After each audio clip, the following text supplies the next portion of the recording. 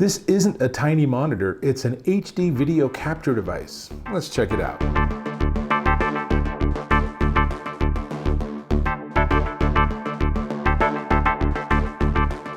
Taylor here, and I'm checking out this. This little device is actually really cool. This is the DigitNow HD video capture box, and it looks like a little tiny screen, and it is, but it's also a video capture and recording device. And basically anything you can push out to HDMI, this can record and record really cleanly. So that means you can use this with video games, you can use this with old VHS tapes, you can use this with your computer. So for example, I watch a lot of videos and sometimes I want to save a copy of it. That's not always available, but if I can push it out to the HDMI, I can save it with this. All right, now you want to know, how does it work? Well, I'm going to give you a full demo, but before we get there, I just want to say it comes with lots of stuff. So it comes with an HDMI cable, which you'll definitely need. Comes with a USB charging. It does USB-C charging, and it comes with a little charger and has a pretty decent little battery. And it also has an RCA to 3.5 millimeter adapter. If you have an old component out on your VHS recorder, for example, or if you have a DVD player or something, sometimes the older ones just don't have HDMI. This would give you that option because it can also handle this as input if you have it set up properly. Also comes with actually a pretty solid little instruction booklet because this is a fairly complicated device. And you can see in these close-ups on the left, you have AV in and out, which is 3.5 millimeters, and you have HDMI in and out. So you can use this just as a screen unto itself. And you can see here, maybe you can see that I have a video on YouTube in a web browser that I've captured on this device, similar to what you see on the monitor behind me. We'll actually capture that NASA video and then I'll play it back so you'll be able to see. And then on the top you have the USB-C, you have USB 3, and here's one cool thing. On that USB 3, you can plug in a flash drive and it can actually record directly to the flash drive. That's pretty handy. And then you have volume up and down, you have power, and then on the right-hand side, it has space for an SD card. And it includes this SD card. And this is interesting. I've never seen an SD card that had no label on it, but this is a 64 gig card. So you just put it in the side and click, you're ready to go. And then on the front, you can see there's a variety of buttons also in this close-up. From the top, you have settings. You can switch between record and playback mode. You have then the 3 controls for settings that you're working with and various other things. So for example, the OK button turns on and off recording when it actually has a signal coming in. And then the next button lets you turn on and off the display information. All right. All of that's really interesting. Let's actually try it out, right? That's what's really fun. All right, but wait, I suppose I should go through some specs. So at its best resolution, it can record 1080p at 60 frames per second, high res, USB 2.0, USB-C, HDMI in and out, 3.5 millimeter audio in and out, which is what we've already looked at. This is a 5-inch OLED screen. It's actually a really clean, crisp screen, and it has a built-in 1800 milliamp hour battery, which gives you 1 hour of recording if it's fully charged, or 2 hours of playback if it's fully charged. Now, you're probably not going to use this as a playback device because you're probably going to use it as a recording device. Really nice. Like I said, it includes that SD card. You need to have it formatted in FAT32 format, which is a Windows file system format. And it needs to be at least a class 10 or higher because it needs to be able to take a lot of data really fast. So don't skimp and get a really cheap SD card because a few more dollars to get a better SD card is going to make a world of difference in how this thing works. All right, now let's try it out. So I have my MacBook Pro here, and it only has USB-C out, so I have to use a USB-C to HDMI adapter. That's how I have this second monitor hooked up. So what I'm going to do is I'm going to actually put this display in line First, I'm going to put it in line as the only device, and then I'm going to plug the monitor into the HDMI out. So let's see what happens. First off, obviously the screen behind me will turn off. Let me not lose that cable. And now on the HDMI that they include, I'm just going to plug it into HDMI in, and then it should, I might have to switch modes. And what's happening here? Oh, there we go. All right, so now hopefully you can see it shows that Into the Moon, right? So it's that same YouTube page that I was looking at. And now I can see it just on this device, and you want to double check your sound output is also pushing to this device if you have any issues with it recording audio. And so I can record this very easily by just pushing OK. And now on the top it's recording, but I don't want to show you that. I want to actually show you all of that going on the monitor. So now let's hook up the second piece. So now I'm going to get that HDMI cable, and now all I have to do is plug it in as the output. And let's see if I can do this without pulling off all my other wires.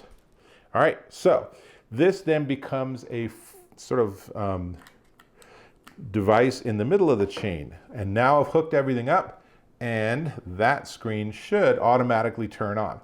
So now you can see on the top here, it's showing me the status information from the DigitNow device. So if I push next, then that status goes away. But let's bring it back by pushing next again.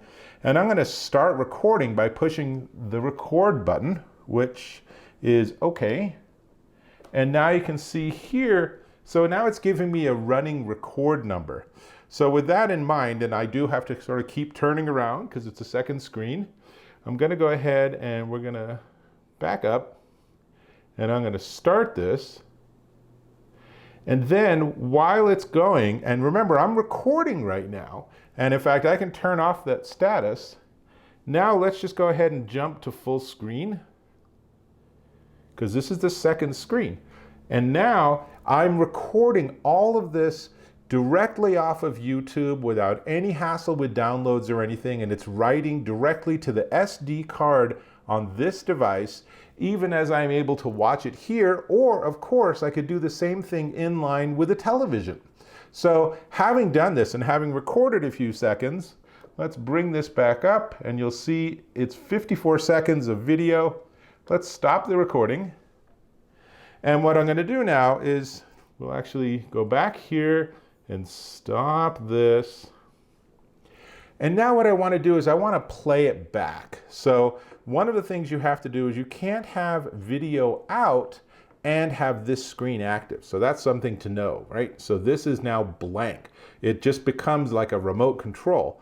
But if I unplug the wire that goes to the monitor, then this turns on again. And now I can switch to playback mode. And if I go to playback mode, I can then play the video. But I don't want to do that. What I want to do is I want to cut to the saved video so you can see the quality. So let's do that.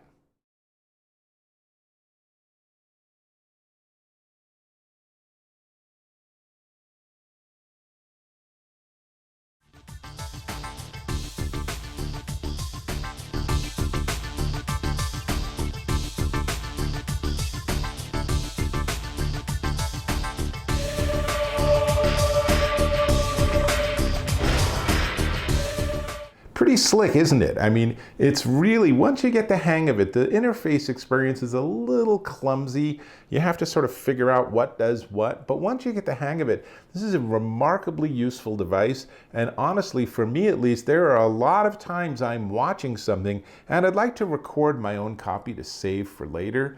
And you know, you can certainly do that to circumvent things like digital rights management. So if you do a pay-per-view, you could record that pay-per-view and then watch it again later without paying for it. use your discretion. Don't violate the law. Don't, defraud companies or anything like that. But if you want your own archival copies of things, this is a really remarkable little device. And it has a 64 gig card. You can put up to a 128 gig card. And one of the other things I really like about this is there's a timer function built in with all the settings. And one of the things you can do on that timer is you can say, record for 60 minutes and stop. And so I have a good friend who watches a lot of training videos as part of her online educational system, and they're not anything she can save or download, but with this device, she could actually capture a 2-hour lecture and demo and then just save it onto her SD card and do whatever she wants and go back and watch it again to study it, because she's paying for the right to get to that video, so she should be able to consume it however she wants. Be that as it may, however you feel about that, this is a really helpful device. If you have old camcorders and you have tapes in them, like little tiny digital videotapes or something, or you have a VHS recorder or something, and you really want to get digital versions of all that content, this is the package that'll not only let you do it, but is actually pretty easy to use, again, once you figure it out. There are a lot of capture devices that actually end up being kind of a nightmare to use. And so this one's a little more expensive, but I feel like having this nice crisp screen really lets you know what the heck's going on. And it's a really nice little monitor. So really, really nice setup. I'm a big fan actually, and I will definitely be using this as I go through with some of the stuff I do for continuing ed and some of the content I view. So great. All of that aside, or all of that in addition, let's talk about the price. But before we get to the price, I'm going to ask if you could subscribe to my channel. It's that little red button on the lower right. So a click or a tap and kaboom, you're subscribed, and I sure appreciate that. Great. This device is the DigitNow HD Video Capture Box, and it is $199.99 at Amazon.com. And if you think that's expensive, go and price out how much it costs to convert even one of your old VHS tapes or DV tapes. You'd be shocked at how expensive those services are. And this gives you infinite capability.